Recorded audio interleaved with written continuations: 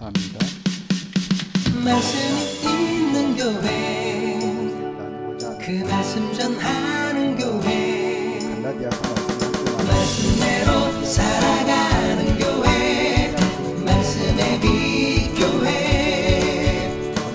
갈라디아라는 지역이 한 어떤 도시나 이런 지역이 아니고요.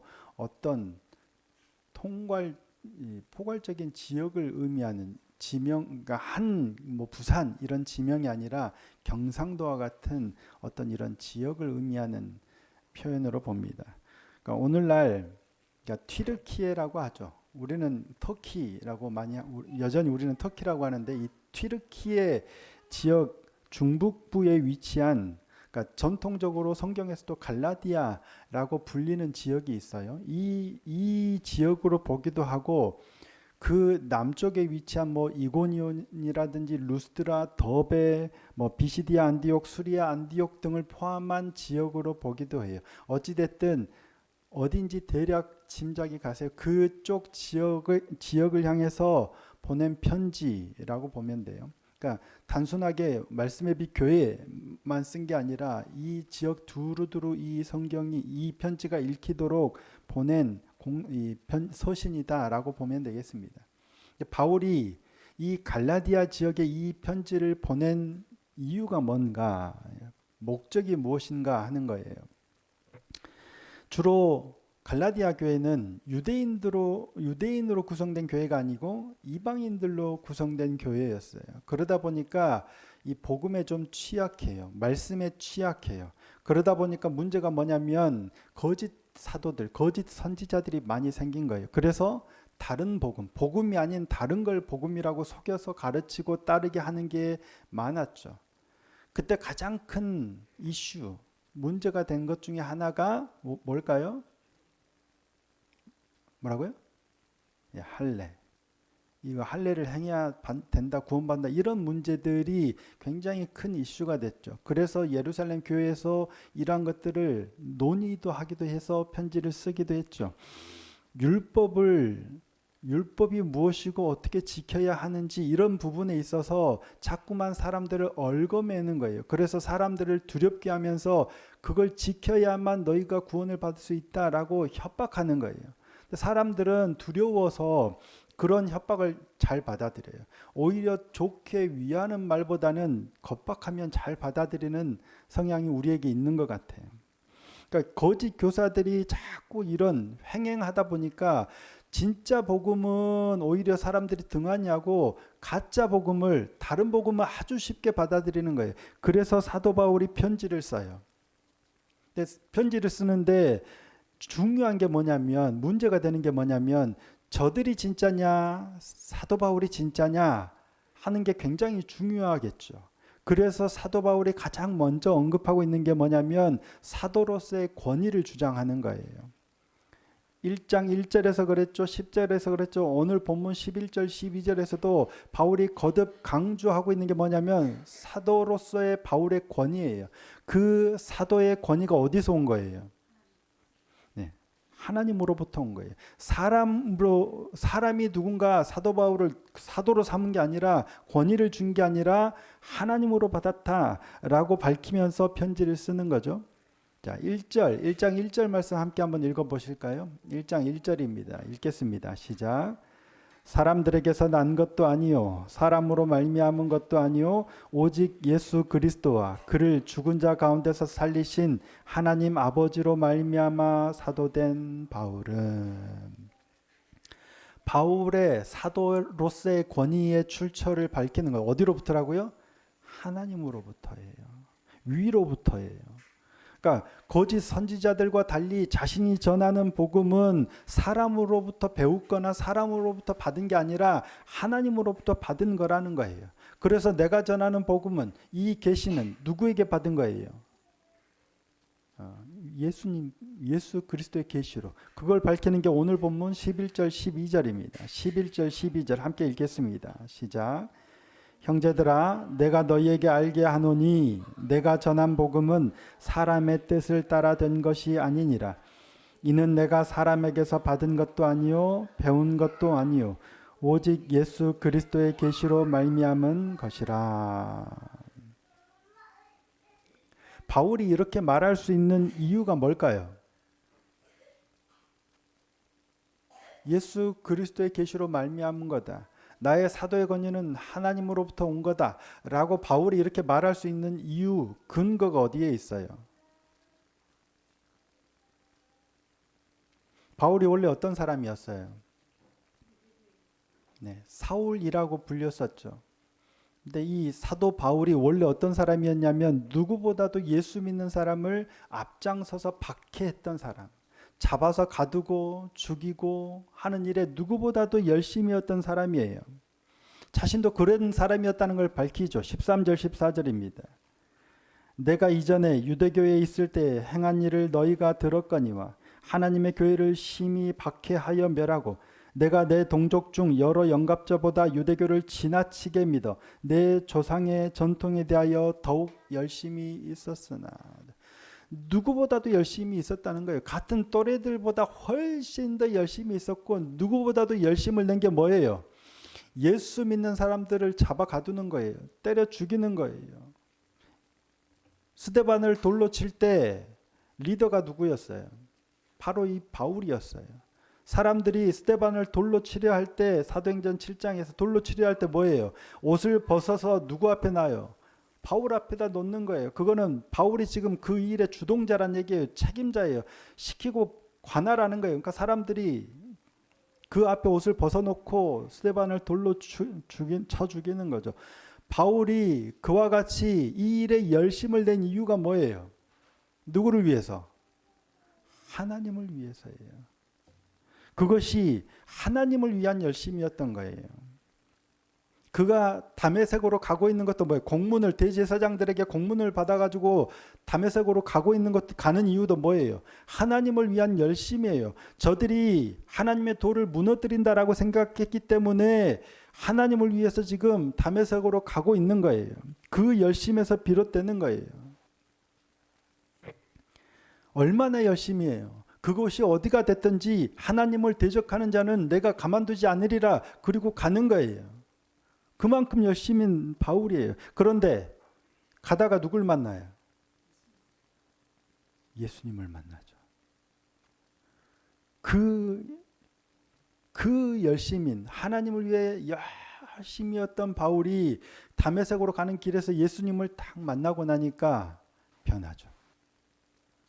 뭐가 변하는 거예요? 그동안 내가 하나님을 위해서 열심히 했던 게 잘못됐었던 거구나. 그리고 돌이켜서 바른 길을 가게 되는 거죠.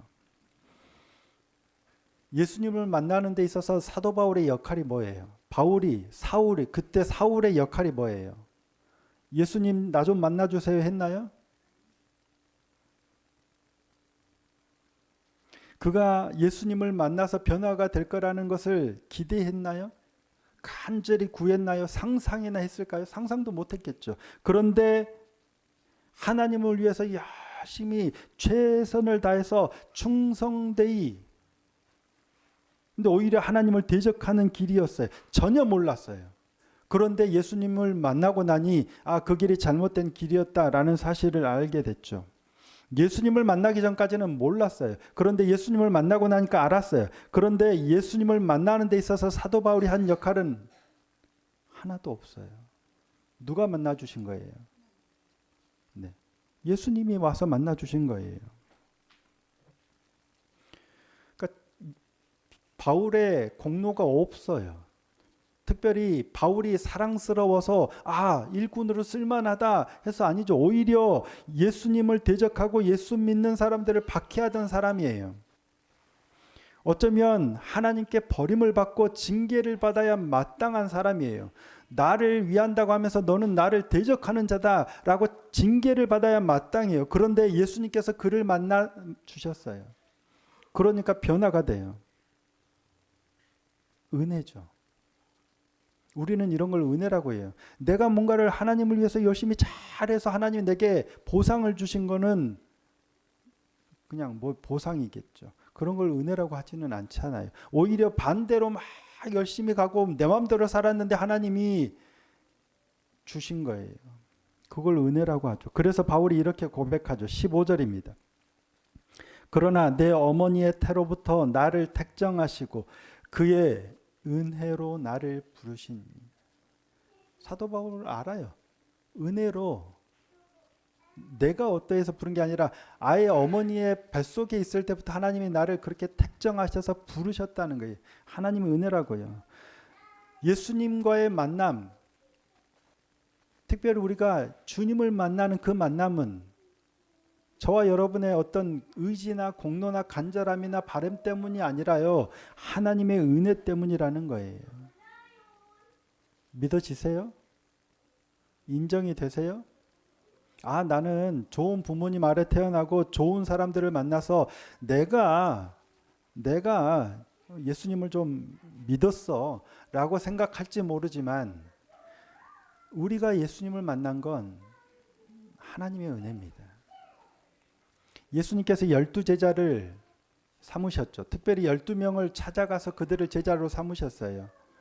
너희는 나를 따르라. 내가 너희로 사람을 낚는 어부가 되게 하리라. 예수님이 찾아가셔서 제자로 삼기도 하세요. 그런데 어떤 사람들은 예수님을 찾아와서 예수님을 만난 사람들 있죠. 주로 그렇게 예수님을 만나죠. 예수님의 소식을 듣고 어떤 사람들이 와요. 병든 사람들 와서 고치려고. 어떻게 하면 예수님을 만나서 병을 좀 고치기 위해서, 영생이 뭔지 영생을 얻기 위해서 말씀을 듣고자 예수님을 찾아와요. 어떤 사람은 자기 힘으로 움직일 수 없으니까 침상째 메어 들어와서 예수님을 찾아오기도 해요. 병이 들어서 사람들 군중에 같이 갈 수 없으니까 몰래 숨어 들어가지고 수많은 사람들 뒤를 몰래 가가지고 뒤에서 옷자락을 만지기도 해요. 눈이 보이지 않는 사람 어때요? 예수님이 지나간다는 소식만 듣고도 막 소리 질러서 예수님을 맞는 사람도 있어요. 키가 작은 사람은 어떻게 해요? 무리 때문에 보이지 않으니까 돌 모아가 나무 위에 올라가서 예수님을 보다가 예수님을 만난 사람도 있습니다. 그들은 어떻게든 예수님을 만나고 싶은 마음에 그렇게 했고 예수님을 만났어요. 그들이 간절히 바랐기 때문에 예수님을 만났던 걸까요? 그런 것처럼 보이지만 사실은 그 또한 은혜입니다. 그렇게 간절함으로 예수님 앞에 나아가는 것도 우리가 해야 될 일이지만 그렇다고 만나지는 게 아니란 얘기예요. 주님께서 우리를 만나 주셔야만 가능한 거예요. 그런데 주님이 우리를 만나 주실까요? 안 만나 주실까요? 우리가 주님을 만나기를 바라는 것 클까요? 주님이 우리를 만나기를 바라는 게 더 크실까요? 김춘자 집사님 기도하셨지만 주님은 오늘 지금도 밖에서 문을 두드리고 계세요. 좀 문 열어봐. 너 만나려고 계속 이러고 기다리고 있어. 너무나도 다행인 건 우리가 주님을 만나고자 하는 그 열망보다 우리를 만나고자 하시는 주님의 열망이 훨씬 크다는 겁니다. 38년 된 병자 아시죠? 베데스다 연못에 베데스다 목가에 누워가지고 38년 동안 그 병을 고침을 받고자 누워있던 환자예요. 예수님이 그 사람에게 뭐라고 물어봐요? 네가 낫기를 원하느냐? 낫고 싶니? 뭐라고 대답해야 돼요? 정말 낫고 싶어요. 제발 정말 낫고 싶어요. 해야 되는데 뭐라고 대답해요? 이 사람은 엉뚱한 소리 하죠. 물이 움직이면 먼저 들어가면 낫는데 내가 그를 움직일 때마다 가는데 걸음이 불편해서 다른 사람이 먼저 들어가 버려요. 그 소리를 왜 해요? 당신이 나 좀 넣어주시라든가 나를 고쳐달라든가 낫기를 원하다든가 해야지. 전혀 엉뚱한 소리를 늘어나요. 이유가 뭘까요? 예수님이 누군지를 몰랐기 때문이에요. 심지어 이 사람은 예수님이 그 사람을 고쳐주셨는데도 그분이 예수님인 줄 몰라요. 누군지를 모르는 거예요. 자, 요한복음 5장 13절입니다. 고침을 받은 사람은 그가 누구인지 알지 못하니 이는 거기 사람이 많음으로 예수께서 이미 피하셨습니다. 찾아와서 낫기를 원하느냐라고 물어보시는 분이 누군지도 몰라요. 심지어 자기를 고쳐주는데도 병이 나아서 침상을 들고 걸어갔는데도 그분이 누군지를 몰라요. 그만큼 관심도 없는 사람이에요. 그런데 그런 그도 예수님이 만나 주셨다고요. 예수님이 그를 만난 이유는 그의 어떠함 때문이 아닙니다. 그가 예수님을 알고 만나기를 간절히 바랬기 때문에 만난 게 아니란 얘기예요. 그럼에도 불구하고 예수님은 그를 만나 주셨어요. 어쩌면 그를 만나기 위해서 일부러 그때 베데스다 못으로 가셨는지도 모르겠어요. 그건 모르겠습니다. 그런데 분명 그를 만나기 위해서 예수님이 일부러 그곳을 지나가신 사람도 있어요. 누구예요? 수가성 여인이 그렇습니다. 유대를 떠나서 갈릴리로 다시 가실 때 보통은 어떻게 가냐면 요단강을 건너서 돌아가요. 그게 제일 빠른 길이에요. 아니면 지중해 바닷가를 타고 가야 돼. 그건 먼 길이에요. 제일 빠른 길은 뭐냐면 사마리아를 그냥 지나가는 건데 유대인들은 지나가요, 안 지나가요? 안 지나가죠. 그런데 예수님이 사마리아를 지나가시네요. 보통의 경우 유대인들은 안 지나가는데 예수님은 사마리아를 지나가세요. 수가성 우물가에서 한 여인을 만났죠. 남편이 5이 있었고 지금 있는 남편도 제 역할을 하지 못하는 여인이에요. 아무 기대도 없고 아무 의지할 곳도 없는 한 여인이에요. 그 여인을 만나기 위해서 예수님께서는 일부러 사마리아를 통과하시는 거예요. 자, 요한복음 4장 3절 4절입니다. 유대를 떠나서 다시 갈릴리로 가실새 사마리아를 통과하여야 하겠는지라. 사마리아를 통과해야 되는 거예요. 왜? 만나기 위해서.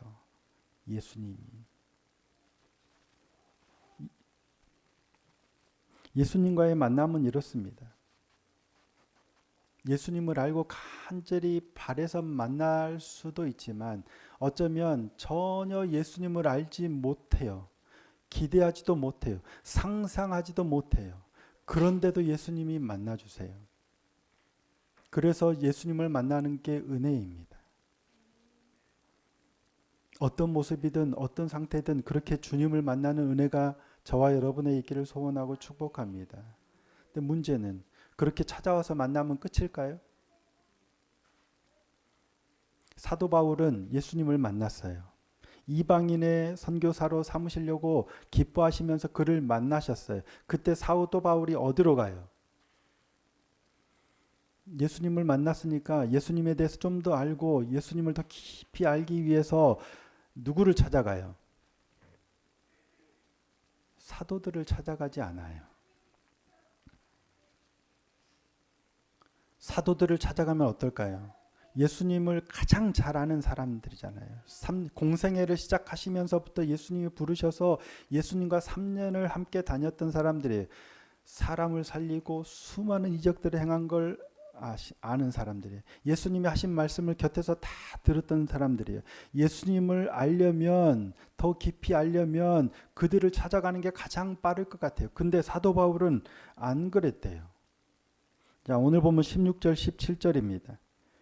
그의 아들을 이방에 전하기 위하여 그를 내 속에 나타내시기를 기뻐하셨을 때에 내가 곧 혈육과 의논하지 아니하고 또 나보다 먼저 사도된 자들을 만나려고 예루살렘으로 가지 아니하고 아라비아로 갔다가 다시 다메섹으로 돌아갔노라. 누군가 사람, 더 잘하는 권위 있는 사람을 만나러 가지 않고 다른 곳으로 갔어요. 뭐 했을까요? 물론 후에 이들을 찾아가기도 해요. 18절. 그 후에 3년 만에 내가 게바를 방문하려고 예루살렘에 올라가서 그와 함께 15일을 머무는 동안. 방문하려고 하는 거예요. 3년 후에.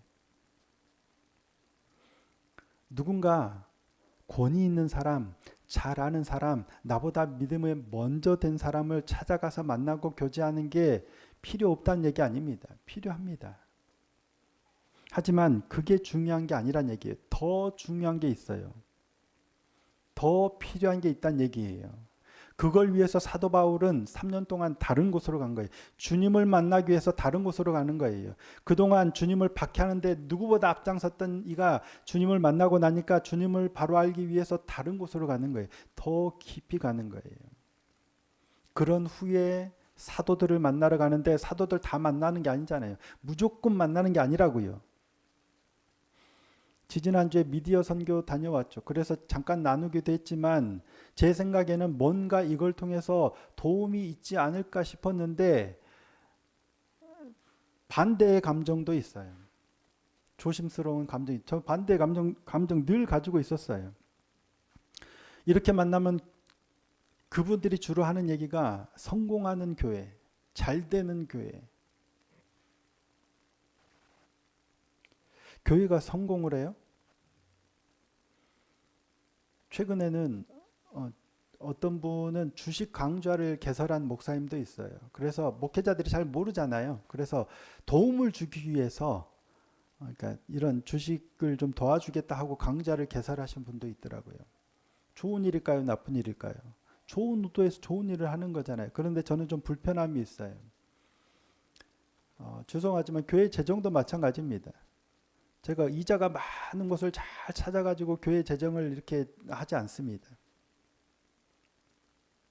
조금이라도 교회 돈이면, 교회 재정이면 조금이라도 이자를 더 많이 주고 수익을 낼 수 있는 데를 찾으면 좋지 않을까 하는데 저는 의도적으로 그렇게 하지 않습니다.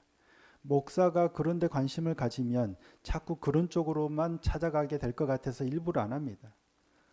좀 이자 덜 받으면 어때요? 그런 마음이 있어요. 그런 재능이 있는 분들은 그렇게 하시면 어쩔지 모르겠지만 그런 두려움이 있어요. 마음이 있어요. 이게 무익하다거나 안 된다거나 하지는 않아요. 하지만 우리가 조심해야 돼요. 누군가 예수님을 만났을 때 예수님을 좀 더 알고 싶고 말씀을 좀 더 알고 싶을 때 먼저 믿고 잘하는 분을 찾아가서 분명 도움을 얻어야 되지만 더 중요한 건 내가 주님 앞에 나가는 거예요. 이게 훨씬 더 중요한 거예요. 그 길이 뭐예요? 바로 말씀과 기도예요. 말씀 앞에서 하나님이 직접 우리에게 주신 계시하신 게 바로 이 말씀이잖아요. 그래서 말씀 앞으로 나가는 거예요. 나가서 누군가에게 먼저 있는 사람들에게 그 길에 대해서 도움을 얻는 거지 이건 아예 팽개치고 나가서 하는 게 아니란 얘기예요. 기도의 자리를 조금 더 오래 지켰으면 좋겠습니다. 기도의 자리에서 우리가 기도의 자리를 지키지 않고 어떻게 주님을 만나겠습니까? 우리 말씀의 빛교회가 다시 지금보다 더 말씀과 기도의 불이 좀 일어나기를 소망합니다. 그래서 우리를 만나주시는 그 주님을 더 깊이 만나고 알아가는 그런 은혜가 있기를 소원합니다. 이제 추워질 때 주님으로 더 뜨거워졌으면 좋겠습니다. 여전히 잘하고 계시지만 더 말씀의 자리와 기도의 시간이 더 확보되어 주님 앞에서 주님을 더 깊이 만나는 시간이 됐으면 좋겠습니다. 그 가운데서 찾아오시는 주님을 만나고 그리고 그곳에서 우리를 기다리시는 주님을 만나는 그런 귀한 복된 은혜가 있기를 예수님의 이름으로 축복합니다.